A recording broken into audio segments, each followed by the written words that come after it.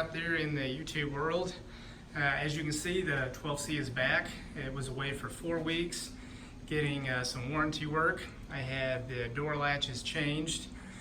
If you've been following my channel, you'll know that some time ago, roughly 5 weeks ago, maybe 6, the driver's side door latch failed on me.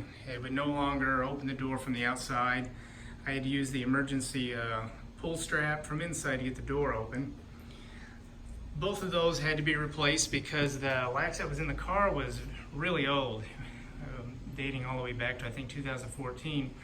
It was the second set of latches on the car, so this makes the third set.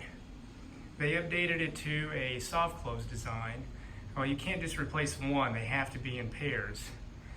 These cars are extremely sensitive as far as electrical components are concerned, and anytime you have to replace one, you usually need to replace both or multiples depending on what the component is.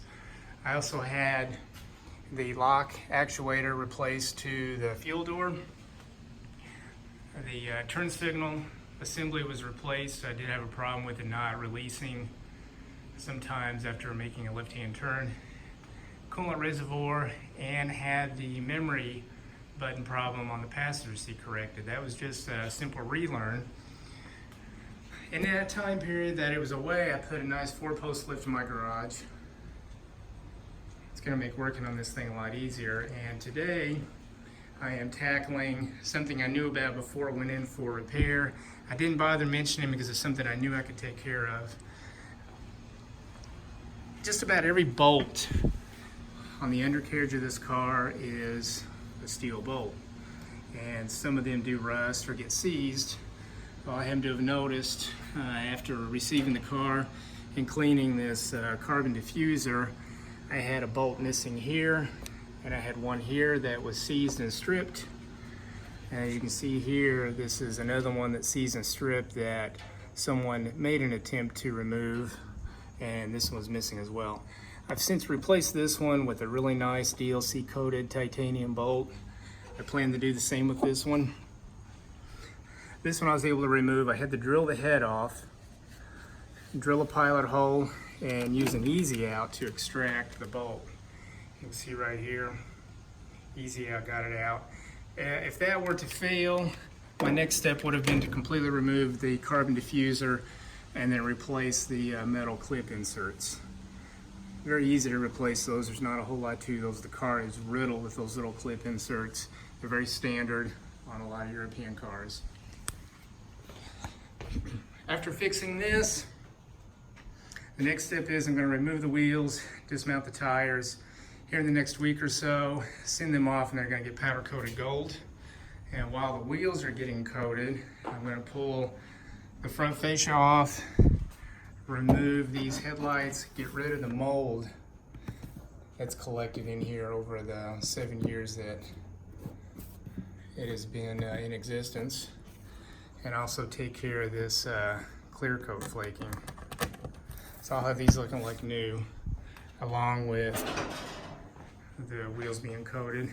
The next task I plan on tackling, I would say more into the winter months. I want to do something about these faded rotor hats. I'll probably just remove them, strip them down, polish them out.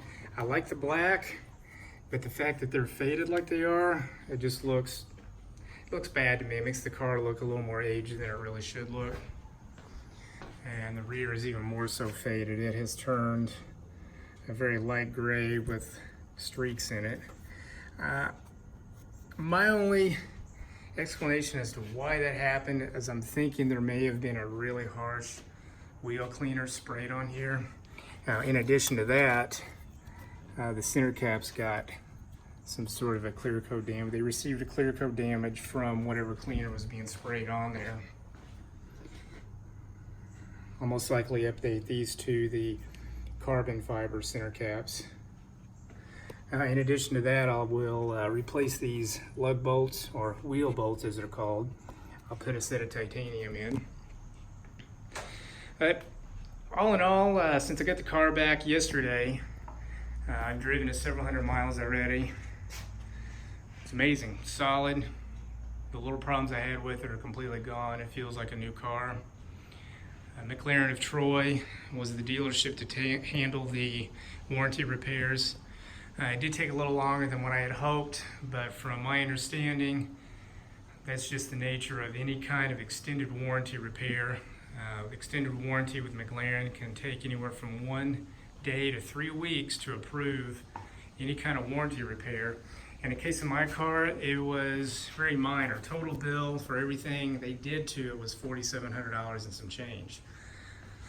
So in a nutshell, that would just about cover what was invested in the extended warranty.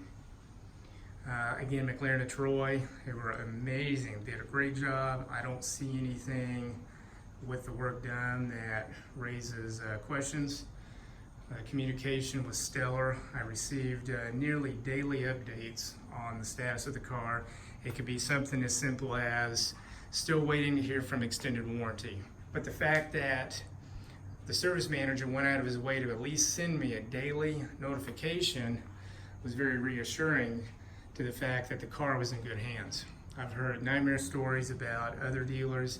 I wasn't too impressed with the service that was performed from the dealer I picked this up from.